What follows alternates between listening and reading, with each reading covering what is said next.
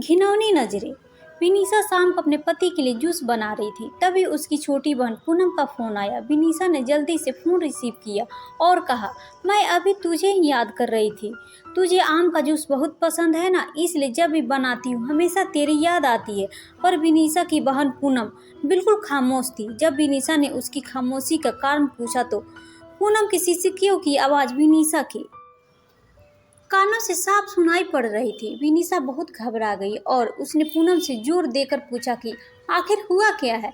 तब पूनम ने डरते डरते बताना शुरू किया कि अभी मेरे मोबाइल पर किसी अनजान व्यक्ति का फ़ोन आया था और वह मुझे कह रहा था कि वह मुझे जानता है और उसके पास मेरे कुछ फ़ोटोज़ है, और अगर मैं उसकी बातें और शर्त नहीं मानी तो वो उन फ़ोटोज़ को इंटरनेट पर डाल देगा। तब विनीशा ने पूनम से कहा, पूनम, ऐसे ही कोई गलत नंबर होगा, कोई सिरफिरा ऐसे ही तेरे मजे ले रहा होगा, तू डर मत, कुछ नहीं होगा ऐसा वैसा। तब पूनम ने घबराते हुए कहा, दीदी मुझे उस इंसान से डर नहीं लग रहा, पर मुझे उसकी बातों से बहुत डर लग रहा है। यह कहकर पूनम रोने लगी। तभी विनीशा ने कहा, तो बताना उस इंसान ने क्या कहा है तुझे।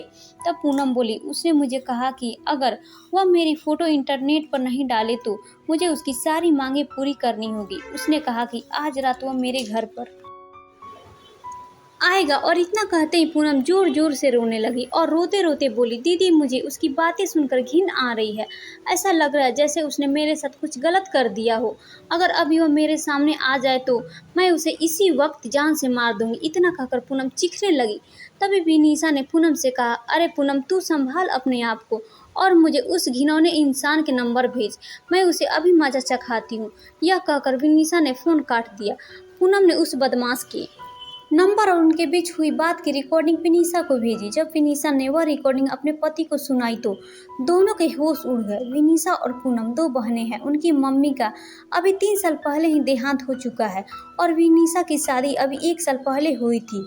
घर में बस अब उसके पापा और पूनम ही है। अब मोबाइल पर ऐसी धमकी भरी अश्लील बातें कोई भी बेटी अपने पिता को आसानी से नहीं बता सकती, इसलिए पूनम ने सारी बातें अपनी दीदी विनीशा को बताई। अगले दिन ही विनीशा और उसका पति पुलिस स्टेशन पर जाकर उस इंसान के खिलाफ पुलिस कंप्लेंट करवा आए। बाद में जब पुलिस ने छानबीन की तो पता चला वह लड़का पूनम के मोहल्ले का ही निकला जो मानसिक गंदगी से पीड़ित था। उसकी सोच और उसके विचार हर एक लड़की के प्रति घिनौनी नजरें रखते थे। उसे पता था कि पूनम की मम्मी का देहांत हो चुका है और वह दिन भर घर पर अकेली रहती है और वे इसका फायदा उठा सकता है, और वह लड़का अपनी बुरी नज़र और घटिया बातों से पूनम की आत्मा के साथ खिलवाड़ कर रहा था। पर बाद में जब उसे पुलिस ने पकड़ लिया तो उसे जेल की सलाखों के पीछे जाना पड़ा। आज भी हमारे समाज में उस जैसे मानसिक रोगी बैठे हैं जो हजारों लड़कियों की आत्मा के साथ खिलवाड़ कर रहे हैं।